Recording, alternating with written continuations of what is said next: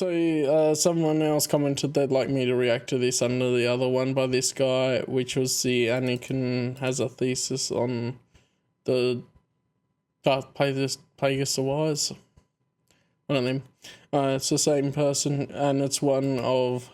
I don't think the system works. Anakin's critique of democracy. Yeah, never forget the foot ban. I don't think the system works. How would you have it work? What an excellent question, and one which, coincidentally, I have put some light thought into of late. Allow me to briefly summarize a very high-level overview of how I believe the system should work. Oh, Anakin, you know you can go as deep as you want to with me. Duly noted! The dialogue. But perhaps we can go deeper another time. Regardless, the first question one must ask oneself is, what is the core of good governance? I propose there are 4 pillars, which our present system sorely lacks. Twi'lek thinker Thomas Schaub's outlined that the first priority of government was to avoid the horrors of violence and war. It was, he argued, a dichotomy between the state of nature prior to setting up a government wherein one would live one's life sans any security. I don't understand why people actually say sans or write sans. That's just French for without. Like, I don't know where English adopted sans. It's so confusing to me. Like, just say without. Just say. Bar that which you yourself can bring with your own strength and that of a common power, keeping the peace internally and protecting against foreign invasion. I have a body part that'd be open to foreign invasion. Ashob's advancing the work of... Batman's just trying to be horny, and then he's like, I'm going on about my feet. How the system works.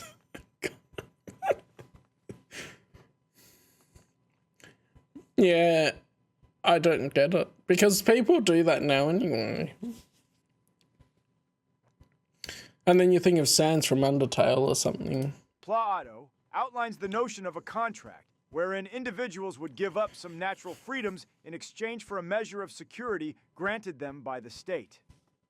The Hutt thinker Locke, writing after Thomas Schaub's, agreed with the latter's arguments, introducing tacit consent, whereby one is implicitly agreeing to the authority of the government by living within a state, even for a short time. Okay, I think I get the gist. We can go do other things now. It is important to Get the gist. note this description of government has been heavily critiqued by the Rhodian thinker David Hume. These names. He points out that the original establishment of states was formed by violence and submitted to only by necessity. He goes further, noting that the notion of tacit consent only makes sense against a background of free choice. I think we should retire to my rooms. Why? We're both so young. I plan to work until I die. No. Returning to our prior conversation, does a poor artisan deep within Alderaan have the ability to simply leave the Republic? With what credits could they do so? Hume's point was that we do not need contract theory to ground our obligation to respect the state's authority. Yeah, wait. I thought I recognized the Twi'lek ambassador's name, but Leave the Republic? With what was this Rhodian's name? what David credits whoever? could they do so? Hume's point was that we... David Hume.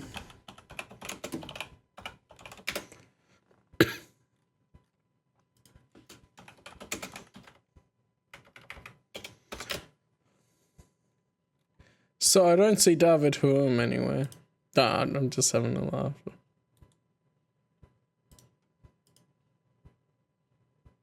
Ah, that's what you mean. See, I didn't know who David Hume was. This is a cultural reference that went over my head. do not need contract theory to ground our obligation to respect the state's authority. It is common sense society would collapse without such respect. Of course, this was but an interesting side tangent. The minutiae of contract theory are very intriguing, and we can perhaps engage with it another time. However, the core point I was attempting to communicate was that government is intended to keep the peace. Yet, what do we see in the Republic? The rumblings of a civil war, fermented by planets attempting to freely leave the Republic, which, as an addendum to our previous interesting side tangent, contract theory suggests they should be able to do yet they struggle.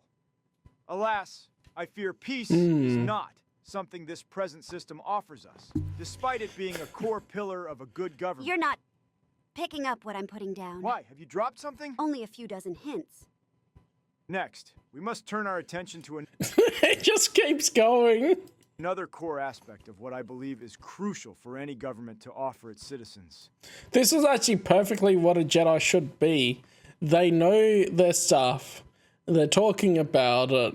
And she asked him, so she asked for this. Yeah. Oof. Freedom. Now, we must be precise in what we mean by freedom, after all. As argued by Ashab's, total freedom. Without government means a freedom to die. Perhaps through exposure to the elements. Perhaps at the claws of a wampa. You say it almost like those would be threats you'd face back to back. Ha! Could you imagine? Vividly. I like to imagine it'd be on the ice planet Hoth. Perhaps I'd be rebelling against a cruel and oppressive empire. No one's ever engaged with my hypothetical before. Anyway, philosophy, consider for the notion argued by the Wookiee Yeah, edgy philosopher, realist here. Cybelin. There are two basic types of freedom, negative and positive. Negative freedom is, fundamentally, the freedom from interference. For example, I have a right to tell anyone and everyone about how sand is coarse and rough and irritating, and that it gets everywhere, without Master Eathcoth beating me up and stealing my lunch money. Does that happen Yes. often? Anyway, philosophy. Just way to dodge the question. Noting that not all restrictions on one's possible choices are infringements on negative freedoms. If one wished to do something unnatural, like shooting lightning from their fingies... Why do you call fingers fingies? That's just because that's what my mother called them when I was younger. So I've kept up the habit. In a way, it feels like keeping a small piece of her with me.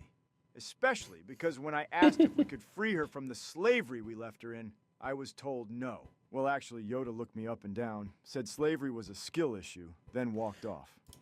Slavery is a skill issue. But I took it as a no. We should go save her. Or check in on her, at least. Well, I'm sure she's fine. Besides, Jedi aren't supposed to have attachments. No attachments? But what about love? I asked Typo. Yoda about love once. Just He before. just told me that women only want alimony and child support. Then said, MGTOW for life, and threw a sofa at me. Anyway, one's inability to do the unnatural of shooting lightning from their fingies doesn't mean their freedom is being impinged. You say it's unnatural, but what about Master Plo Koon's electric judgment?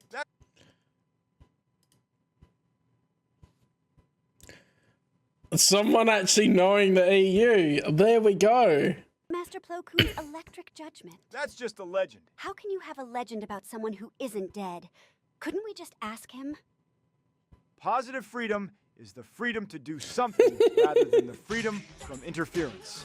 Returning to our Yes, example of electric Naboo, Piccolo. just because the Republic does not forbid one from leaving the planet, that does not mean one can. After all, one may not have the credits Electric Judgaloo, yes. to do so. Or one may be blockaded by the Trade Federation. We've arrived at another core failing of the Republic. Consider the invasion of Naboo. The Trade Federation blockaded the planet, and if they had their way, we would still be restrained, while the Trade Federation inflicted atrocities.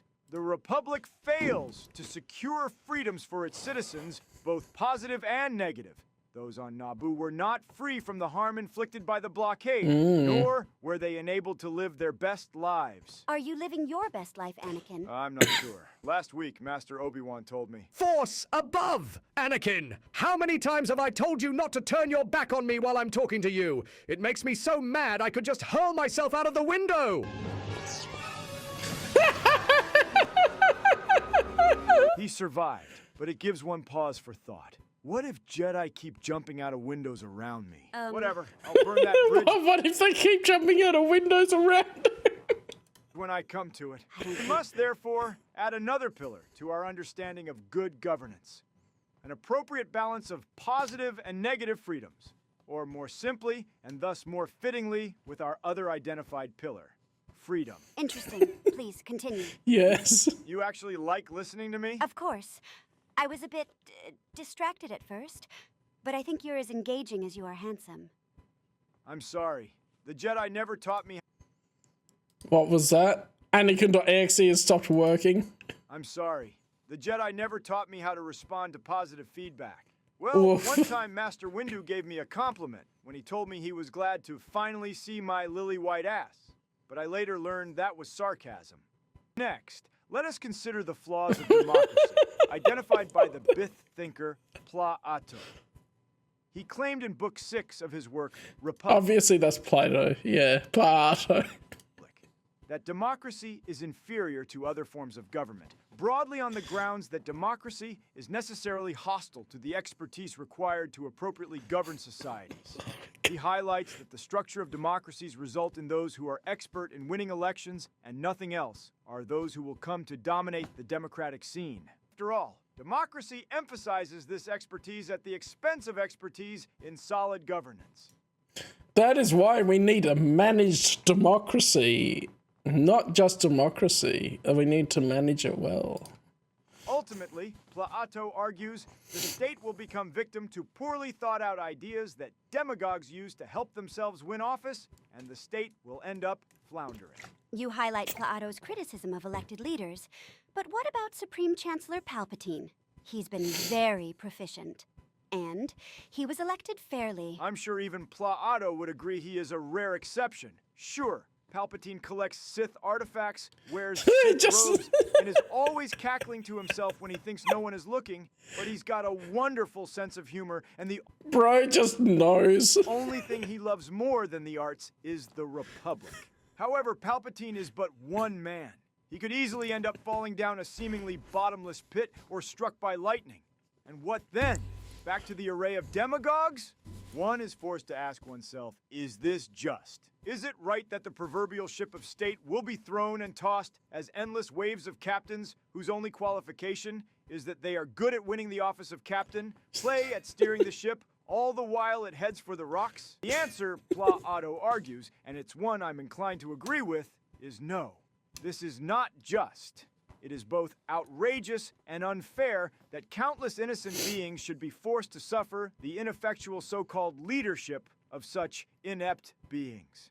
Consider the former Supreme Chancellor Valorum, who was unable to act with any effectiveness on the blockade infringing Naboo's freedoms.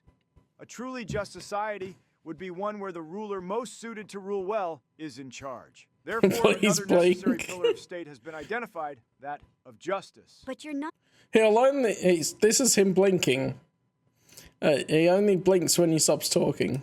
Not actually against democracy, right? Just against demagogues seizing power. Sure. Finally, we should consider the Sure. thoughts of the Chiss polymath, Myth Thrawn Naruto, in his right. Yeah, wait.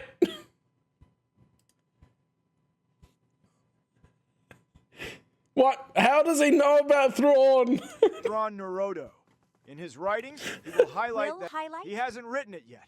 Anyway, he will highlight He hasn't that written it a yet. galaxy unified under a singular leader and with a militaristic focus would be better able to defend against and respond faster to outside threats such as, hypothetically, an enemy living in the unknown regions of the galaxy seeking to enslave new clients to serve under their hegemon than the Republic. As the man himself will put it, multiple species with multiple viewpoints and racial philosophies simply cannot hold power together for long.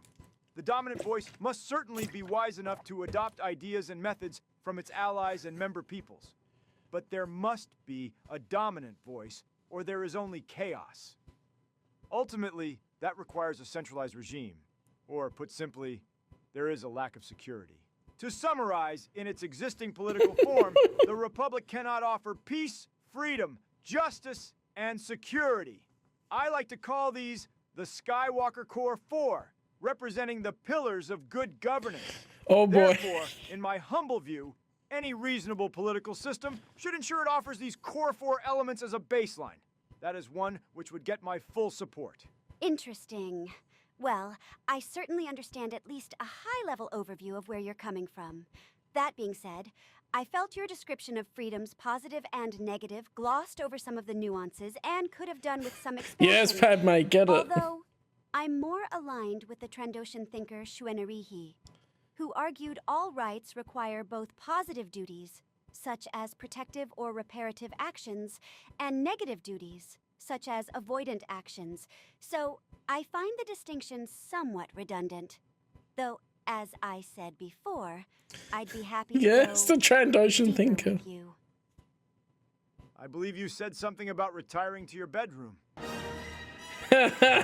He's like, I don't want to deal with that. Okay, I will let you have the sex now. Oh, dear me. That was a lot. So what were you saying? I mean, every government has issues, obviously.